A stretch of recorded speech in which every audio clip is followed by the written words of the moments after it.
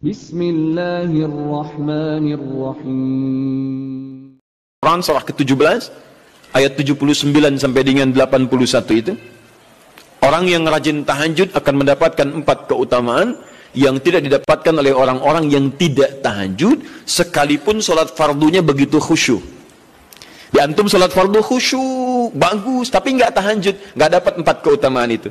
Ini sudah saya bahas panjang lebar di pertemuan lalu, saya hanya sebutkan cepat saja. 1, Allah akan mengangkat karir, pekerjaan atau aktivitasnya di tempat yang terbaik.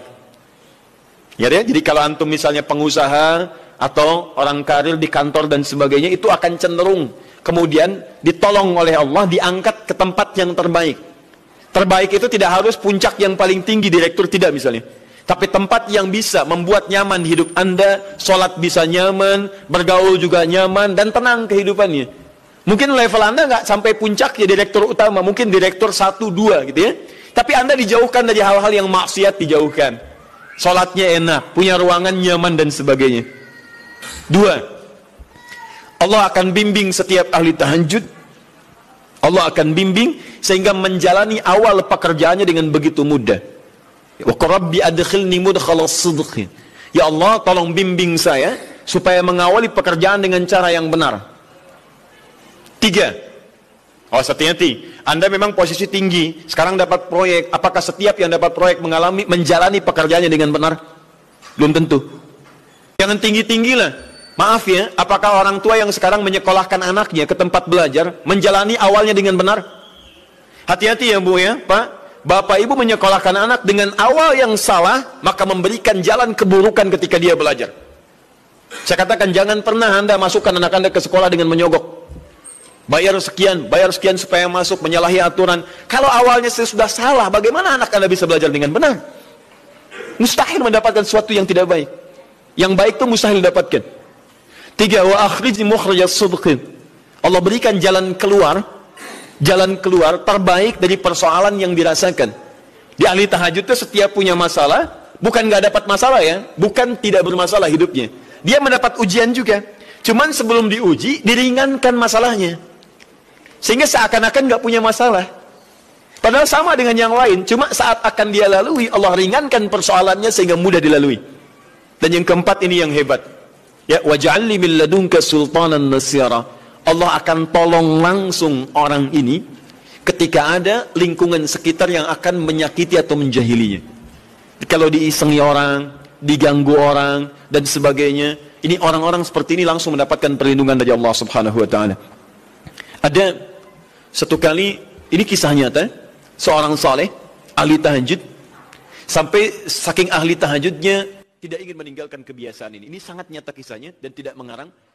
Satu kali Pak, kemudian malam-malam dia perjalanan dengan rombongan. Begitu perjalanan, orang-orang tidur, sampai dia mengendap-endap kebiasaannya tidak ingin diketahui oleh orang lain. Satu malam kemudian, dia bangun setelah orang lain tidur, masuk dia sedikit ke area sedikit ada dalam hutan. Begitu sedang menunaikan sholat, dia duga kemudian tidak ada orang lain yang melihatnya. Ternyata ada satu orang atau beberapa yang kemudian tergerak, mendengar suara dan menyaksikan kebiasaan dia. Anda tahu apa yang terjadi? Dan inilah yang disampaikan oleh orang-orang yang melihat itu.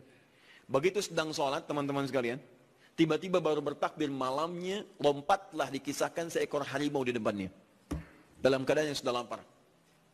Saya mau tanya pada Bapak Ibu, begitu sholat misalnya Allahu Akbar, tiba-tiba samping ada harimau. Wow. Apa yang dilakukan? Kabur. Dan gak panjang pikirnya, kabur ya kan? Tapi sekarang lihat apa yang beliau sampaikan. Begitu datang harimau itu, perhatikan ahli tahajud ini. Dia ingat dengan janji Allah. Dia ingat dengan janji Allah. Perhatikan baik-baik ya. Kalau Anda sudah punya kebiasaan Qur'ani dalam jiwa Anda, maka ayat itu akan hadir membimbing Anda dalam setiap kesulitan Anda. Apapun itu. Nabi Yusuf dekat dengan Allah. Ketika digoda muncul ayatnya. Laula arra'a burhana rabbi. Kalau bukan melihat petunjuk dari Rabbnya, niscaya ada sesuatu yang buruk terjadi kepadanya. Tapi Allah jaga beliau. Lihat baik-baik teman-teman. Begitu melompat harimau itu, kemudian dia katakan dalam jiwanya. Lihat kalimatnya. Ya khalqallah. Hei makhluk Allah. Dia tidak katakan ya namar, hei harimau, tidak. Kalau disebutkan harimaunya, menunjuk pada zatnya. Tapi dia lekatkan makhluk ini kepada penciptanya. Hei makhluk Allah. Ya khalqallah, hei makhluk Allah. Jika saya memang rizki yang telah Allah tetapkan untukmu pada saat ini, maka saya ridho untuk engkau makan, silakan. Tidak ada masalah. Kalau Allah tetapkan saya sebagai rizki untukmu pada saat ini, silahkan. Tapi kalau saya bukan menjadi rizki yang telah Allah tetapkan untukmu pada saat ini, maka jangan coba-coba ganggu ibadahku hari ini. Lihat kalimatnya, bukan jangan makan aku. Ingat, bukan jangan makan aku. Jangan coba-coba ganggu ibadahku saat ini, atau aku akan mohonkan pada Allah penciptamu untuk menghancurkan engkau saat ini juga. Perhatikan, dia minta jangan ganggu tahajudnya, bukan jangan makan dirinya. Apa yang terjadi ketika dikaitkan dengan ayat perlindungan tentang tahajudnya, maka tiba-tiba harimau ini pergi meninggalkannya, mengaum sekali langsung pergi. Anda bisa bayangkan, bisa nggak malam-malam begitu Anda sholat, tiba-tiba ada nyamuk misalnya, kan banyak tuh. Begitu Anda mulai disengat oleh nyamuk, diambil, Anda katakan, hei nyamuk, kalau ini memang rizki yang telah Allah tetapkan untukmu saat ini, sedot sebanyak-banyaknya, saya ikhlas. Tapi kalau bukan, jangan coba-coba ganggu saya. Atau saya mohonkan kepada Allah pencipta untuk menghancurkan kau saat ini juga. Masya Allah. Kira-kira apa reaksi nyamuk? Makin banyak kayaknya. Coba cek. Berarti chemistry-nya harus lebih dibangun lagi. Tingkatkan. Itu waj'alni min ladunka sultanan nasira.